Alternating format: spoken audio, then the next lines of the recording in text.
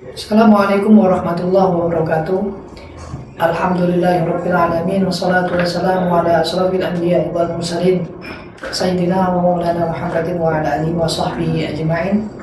Alhamdulillah, kita telah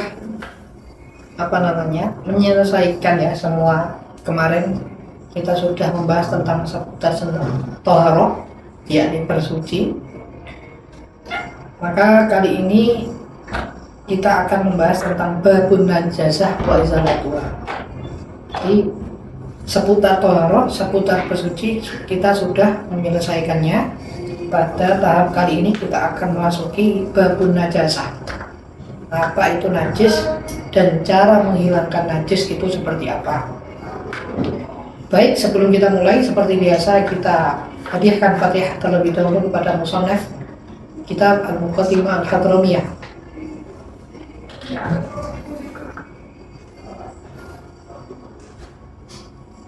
Al-Fatihah.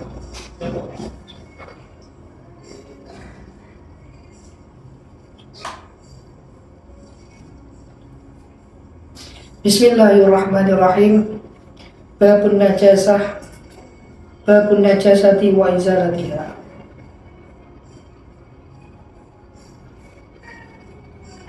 Babun najasati wa izalatiha. Jadi bab ini menjelaskan tentang najis dan cara menghilangkan najisnya. Apa yang disebut najis itu seperti apa?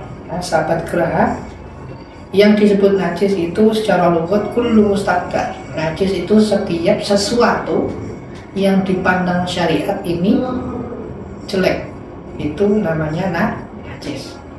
Yang dipandang syariat itu jelek itu najis. Wa syar'an bil haddi mustaqdarun yamna'u sihhata sholati haitsu lam murakhas. Secara syariat yang dimaksud najis dengan batasannya yakni setiap sesuatu yang mustaqdar, setiap sesuatu yang dianggap jelek oleh syariat, yang nahu sihhata sholat, yang dapat mencegah sholat kita tidak sah, itu namanya najis. Artinya apa? Artinya ketika kita sholat kemudian membawa najis, sholat kita tidak sah.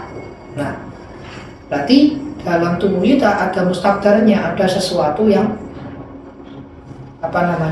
jelek, ada sesuatu yang mustaqdar.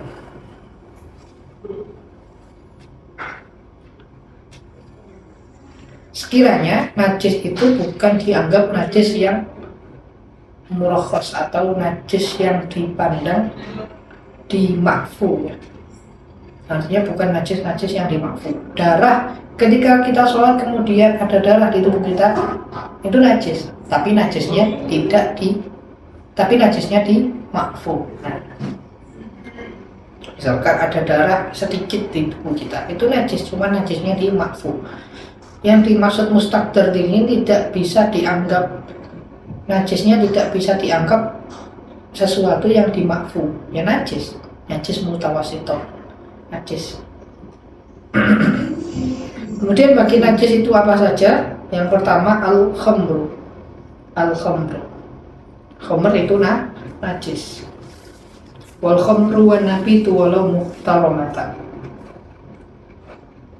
Kalau khamr zaman dulu itu terbuat dari min asiril inab, terbuat dari perasan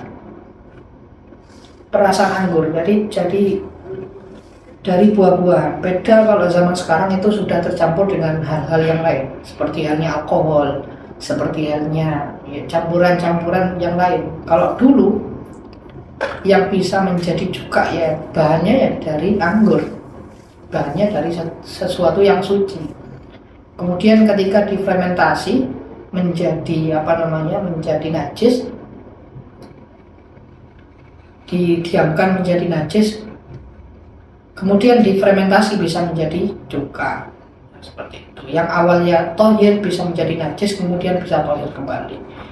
Lalu itu yang dari inat ya, bukan khomer yang selainnya. Kalau khomer yang lain seperti zaman sekarang itu tidak bisa menjadi cuka, tetap itu memabukkan. karena kandungannya pun memabukkan, bukan dari awal itu suci seperti halnya Jack Daniel dan lain sebagainya. Itu kan memang betul-betul digunakan untuk khamr, betul-betul digunakan untuk mabuk-mabukan. Memang najis. Memang najis. Jadi setiap sesuatu yang muskir, yang mengandung, di mana air tersebut mengandung, ketika kita minumnya ini bisa membuat hilang akal, itu najis. Jadi baik khamr yang terbuat dari bahan-bahan yang tohir ataupun terbuat dari bahan-bahan yang najis, memang betul-betul najis. Awalnya najis yang tetap, baik itu tadi khamr yang terbuat dari buah-buahan ataupun yang lain, itu tetap najis. Walau muhtaramatan, walaupun khamr itu muhtaram. Jadi kalau di dalam minhajnya ini dijelaskan lagi, yang dimaksud muhtaram itu wahiyya ma'asul biqasdil khiliyah. Jadi ada kalanya ada dugaan air perasan anggur tadi digunakan untuk cuka. Berbeda la biqasdil cuka, berbeda sesuatu yang tidak digunakan untuk cuka, misalkan memang digunakan untuk mabuk-mabukan, difermentasi digunakan untuk mabuk-mabukan. Lah itu wajib kita langsung buang ketika ada dugaan keras. Oh ini bukan di organisasi apapun, tidak ada lisensi apapun, tidak ada izin apapun ya. Misal kita lihat di situ memang keadaannya membuat minuman keras ya. Ketika kita tahu ya, sebetulnya wajib kita membuangnya langsung wajib.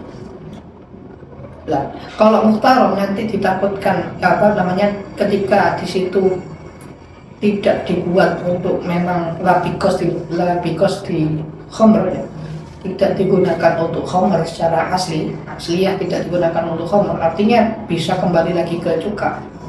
Ada dugaan kuat, oh ini memang orang ini pengen buat cuka, nah itu kita tidak diwajibkan untuk membuangnya, nggak boleh. Mungkin ada seperti itu mungkin, tapi sekarang nggak ada kelihatannya orang yang memfermentasikan anggur itu jarang sekali, menjadikan cuka itu jarang sekali. Walau mutarabatan wal nabi,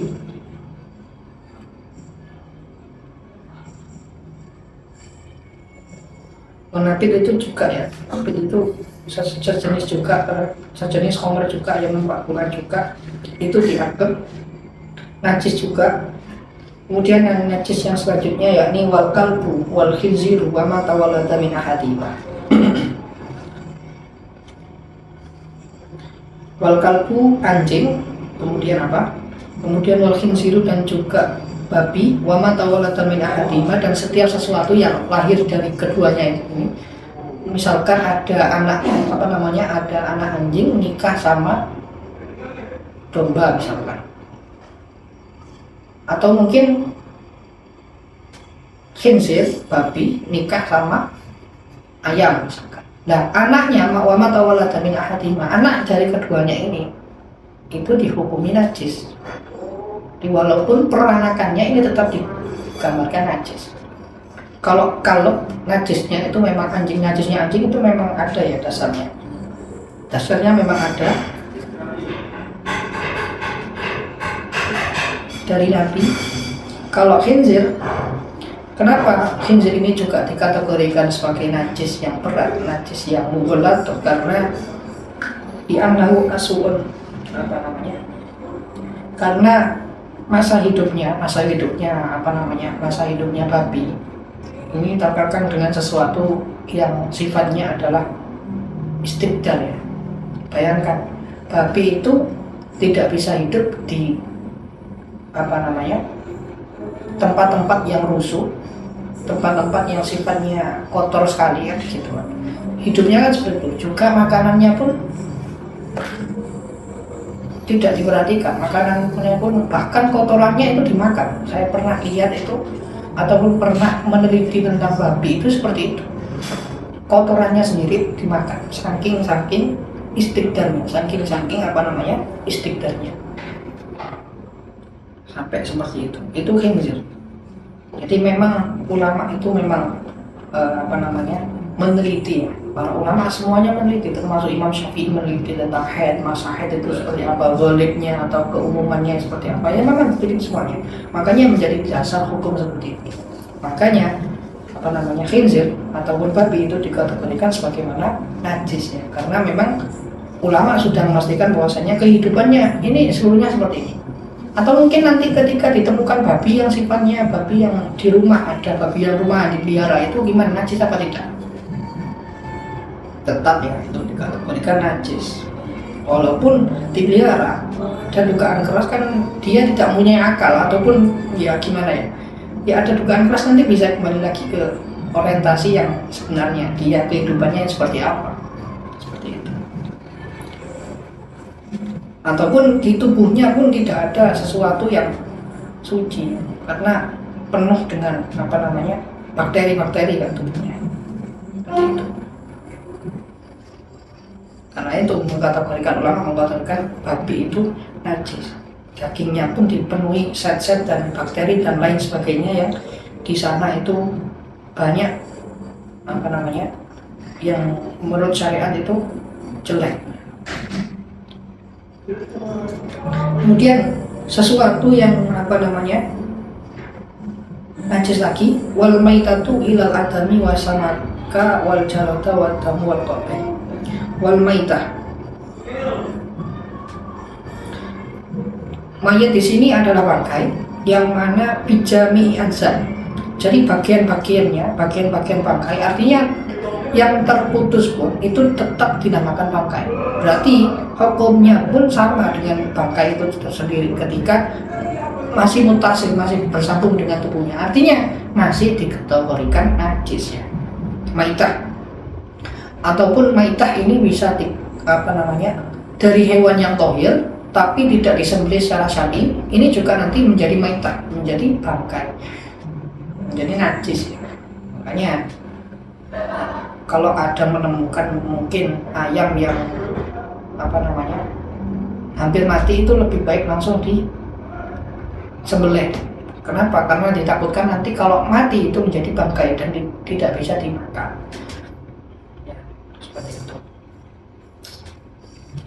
Jadi kategori mayat bijami ajza ini, bagian-bagiannya mayat itu tetap dikategorikan seperti halnya mayat, artinya masih tetap najis. Wa illam yakun laha ta'amsai, walaupun didiamkan lama sampai tidak ada darah ataupun darah yang mengalir lagi.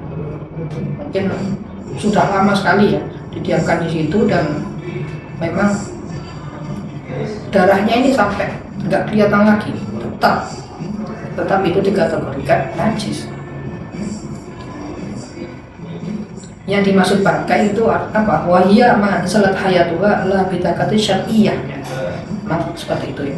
Definisi bangkai itu sesuatu yang hilang nafasnya, hilangnya tadi tidak diperantarai atau tidak didasari dengan penyembelihan secara syar'i, itu dikategorikan bangkai. Jadi misalkan ayam tohir, nah suci ya, ketika hidup dia suci. Nah ketika dia mati tidak disembelih, ini menjadi najis.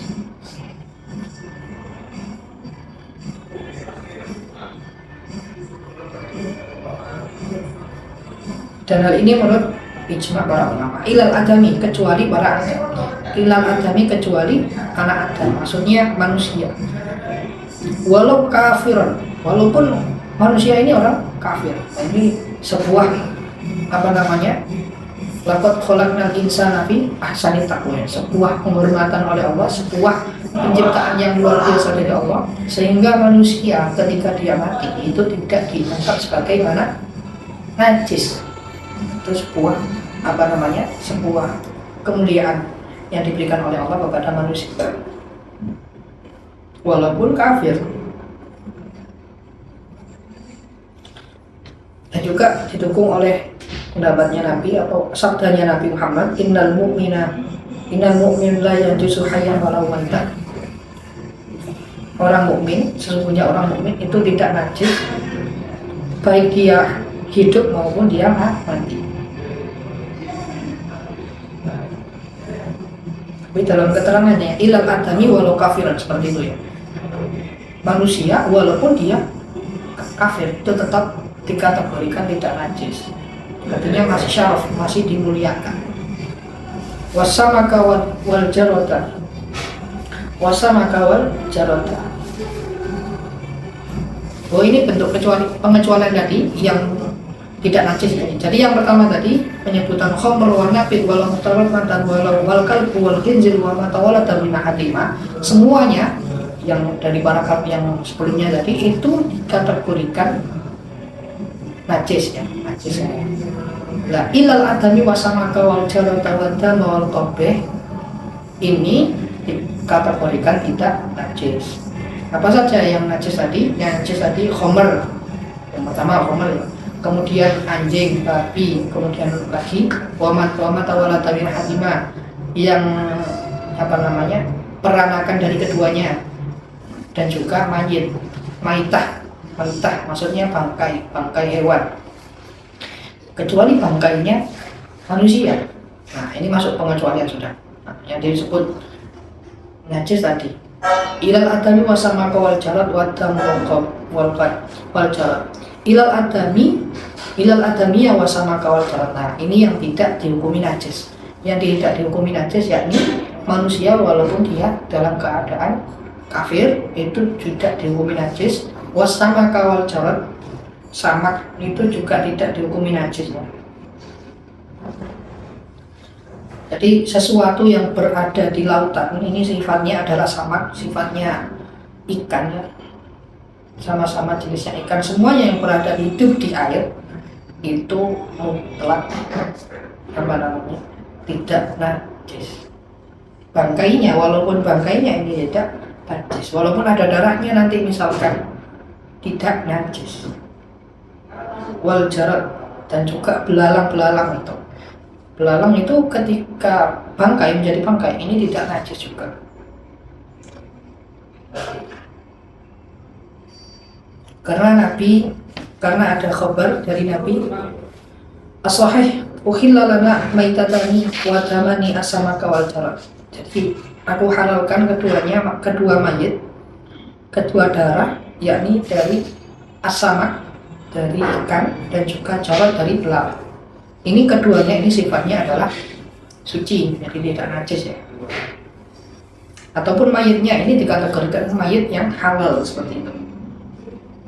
Wa minan najasati at-tamu wal qai'u wal qabihu wal qaihu nanah qaihu, kemudian wal qai'u wal rawthu. Ini yang dikategorikan sebagaimana najis lagi, yakni apa? Min najasa ad-dam, darah itu dikategorikan najis. Tapi nanti ada darah yang sifatnya dimakfu, ada yang tidak dimakfu. Kalau dalam kitab I'an atau Talibin itu darah yang dimakfu itu sifatnya tidak lebih dari 1 koin, itu darahnya sendiri, tidak lebih dari 1 koin, 1 dirham. Kalau kurang dari 1 dirham itu dikategorikan najis tapi yang dimakfu. Wa minan najasati ad-damu wa in, kemudian wal qaihu, kemudian yang kedua yakni nanah. Misalkan kita mempunyai penyakit kulit itu terkadang mempunyai nanah. Nah, nanahnya ini dihukumi najis. Wal qai itu uta-utaan. Jadi sesuatu yang keluar dari tubuh kita itu semuanya dihukumi najis sebenarnya. Ilal mani, kecuali mani. Jadi kenapa kok mani kok tidak dikategorikan najis? Karena mani itu asal muasalnya manusia. Nah, asal muasalnya manusia. Karena tadi ilal adami ini dikecualikan, artinya tidak dihukumi najis. Manusia ini tidak dihukumi najis, walaupun dia meninggal ini tidak dihukumi najis. Yang mendasari mani itu asal dari manusia berarti najis. Seperti itu. Jadi Sebenarnya banyak ini perdebatan dari para ulama terdahulu, termasuk Imam Syafi'i itu didebat oleh kalangannya, sesama senior-seniornya juga di depan. Kenapa? Karena mani ini sesuatu yang istidal sebenarnya, sesuatu yang menjijikan. Sesuatu yang menjijikan yang keluar dari alat kelamin ya, itu kan menjijikan. Tapi Imam Syafi'i berpendapat tidak najis. Kenapa? Karena itu adalah asal usul dari manusia. Seperti itu. Kemudian lagi yang disebut apa tadi? Wal qai'u ya, sesuatu yang keluar dari tubuh kita, itu dikategorikan najis semuanya. Mutah itu, kemudian apa lagi? Ketika kita buang hajat itu najis. Nah, itu yang keluar dari tubuh kita. Keluar itu maksudnya keluar dari sini ya, yang dimaksud dalam badan kita. Ini kalau keluar dari ini, misalkan utang-utang keluar dari perut kita, yang awalnya kan ketika kita makan itu mungkin sudah kita punya dan lain sebagainya, kita keluarkan itu sudah berubah dan juga tidak berbentuk lagi. Nah, ketika kita muntah itu makanya dikategorikan najis karena sudah berubah lagi, yang kita makan, yang kita konsumsi itu sudah berubah lagi, berubah semua, sehingga baunya pun biasanya mengandung bau yang menyengat ya, orang yang muntah itu seperti itu. Warwufu, kemudian juga kotor-kotoran itu juga dikategorikan sebagai najis, kotoran, karena ya memang jelas istibdal. Wal baulu wal madi wal wadi. Kemudian juga yang disebut najis wal baulu, kencing ini juga najis. Najisnya najis mutawas sito. Wal madi wal wadi madi dengan mim. Madi itu apa? Sebenarnya ada 3, ada mani, ada madi, ada wadi. Yang pertama madi yakhruju inda thawrani syahwat. Yang disebut wadi itu adalah sesuatu yang keluar disebabkan syahwat memuncak, itu madi. Jadi sebelum seseorang ini mengeluarkan mani, dia mengeluarkan madi terlebih dahulu.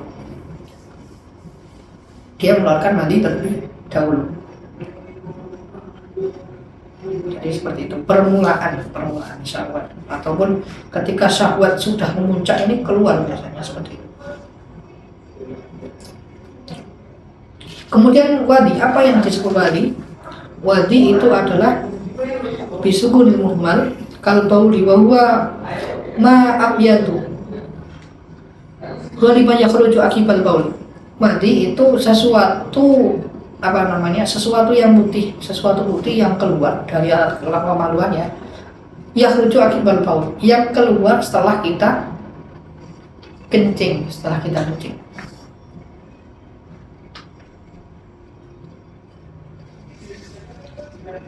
Jadi najis semua ya, kencing itu najis, kemudian ya semua yang keluar dari alat vital itu najis, kecuali mani. Mandi, baul itu mandi, mandi, wadi itu najis, baul juga najis. Wal ma'u wal mutaghayyir sa'il min famin na'im. Kemudian juga al ma'u wal mutaghayyir, air yang berubah. As-sa'il minal famin na'im, air yang berubah, yang keluar dari orang yang dalam keadaan tidur. Mutaghayyir ya, maknya sudah mutaghayyir, artinya ketika ada orang tidur kemudian dia nggak tahu kalau dia mengeluarkan biasanya ada air yang keluar ketika tidur, kan biasanya ada air yang keluar. Nah, airnya ketika mutaghayyir dari mulut kita itu dikategorikan najis.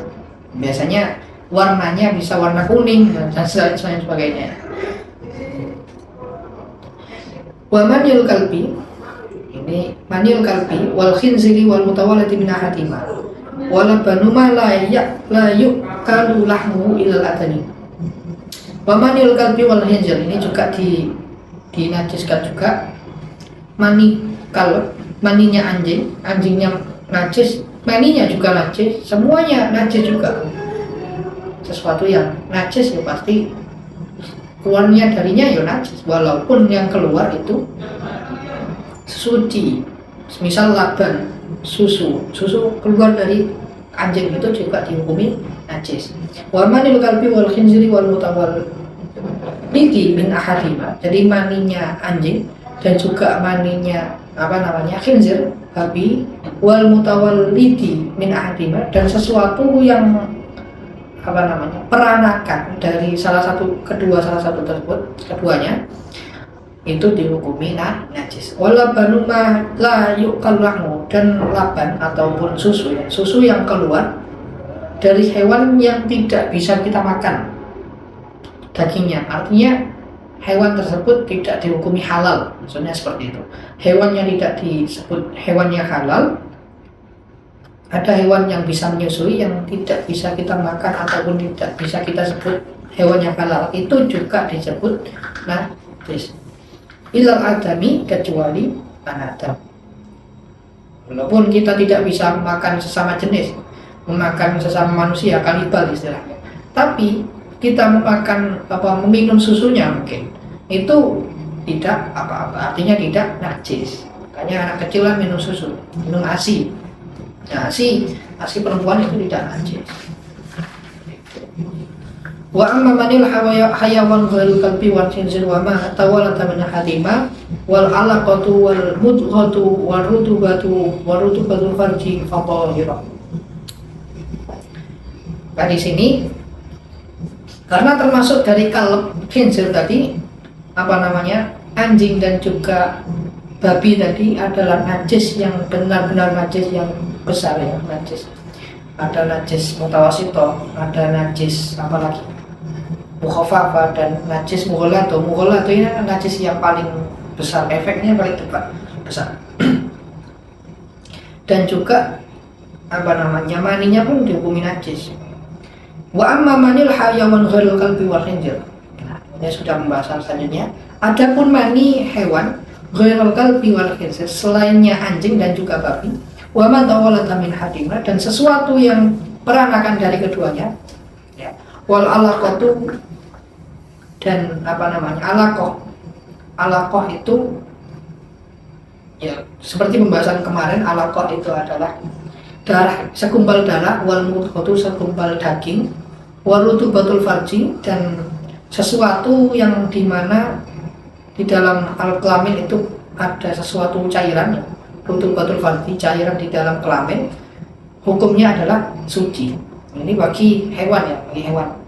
Wal alaqatu wal mudghatu wal rutubatul farji fa tahira. Ini bagi hewan, itu dihukumi suci. Wal juz'ul munfasilu minal hayyi kamaitati illa sya'ral ma'kuli warithuhu wa sufahu wa wabahu wa wabaruhu fa tahira. Wal juz'ul munfasil, juz'ul munfasil, jadi ada juz yang muttasil, ada juz yang munfasil. Juz muttasil ini maksudnya misalkan bangkai ini tidak ada yang terpisah, berarti masih muttasil semuanya. Jika dikatakan munfasil, ini tiap bagiannya ini sudah terputus, maksudnya itu sudah terputus, kakinya sudah terputus dari badannya, ataupun tangannya, ataupun apanya lagi. Ini dikatakan juz munfasil, berarti terpisah dari bagian tubuhnya, seperti itu. Minal hayyi, dari setiap sesuatu yang sifatnya hidup, dari hewan yang hidup ya. Kamai tadi itu seperti halnya mayitnya, seperti halnya hukum bangkainya.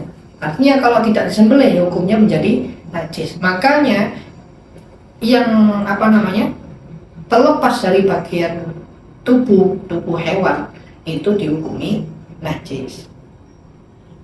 Illa sya'ra al-ma'kul, kecuali rambut yang halal. Illa sya'ra, kecuali rambut al-ma'kul, dari hewan yang halal kita makan. Misalkan biasanya ada orang yang gemar mengoleksi suwiwi atau bulu ayam ataupun bulu apa. Nah, ini dikategorikan sya'irlah sya'ra, ini berarti dikategorikan suci, tidak najis. Warisahu wa sufahu bulu-bulunya ini masih dalam tahap pengecualian, artinya tidak najis.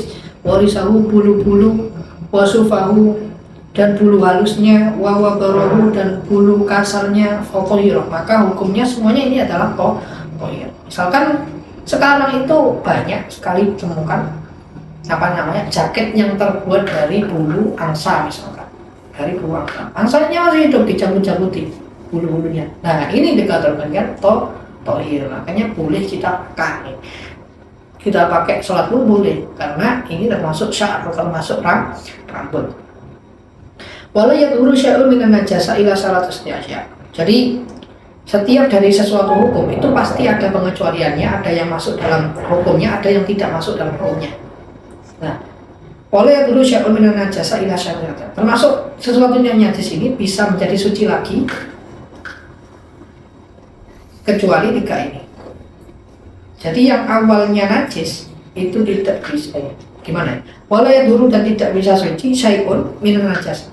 Oh, berarti tidak bisa suci sesuatu yang memang najis ya. Illa salah satu asya, kecuali 3 ini.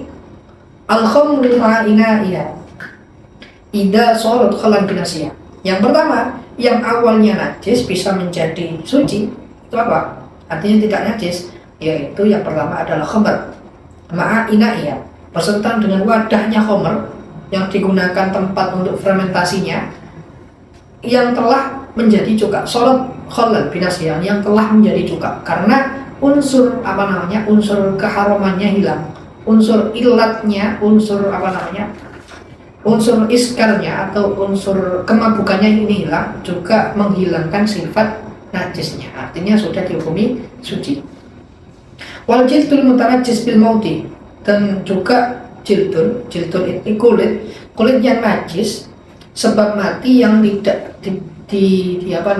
disembelih secara syariat ya. Ini bisa suci. Wayat huruf bidabhi dohiro.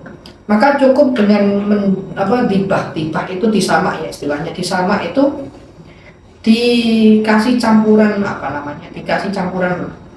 direndam dan dikasih campuran seperti itu nanti bisa menghilangkan darahnya di kulitnya. Ini kulitnya, wayat dulu bidabhi, kulitnya ketika direndam, didiamkan, nah dikasih campuran, kemudian darahnya tadi bisa hilang dan bekas-bekas dagingnya ini juga hilang. Nah, ketika sudah proses samak, nah yang awalnya najis jilidnya ataupun kulitnya ini bisa menjadi suci kembali.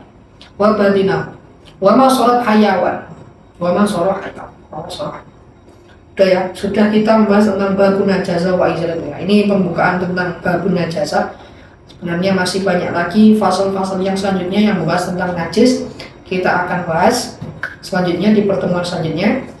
Di pertemuan kali ini saya mohon maaf bila ada kata-kata yang saya ucapkan atau apa yang saya sampaikan kurang lebihnya. Assalamualaikum warahmatullahi wabarakatuh.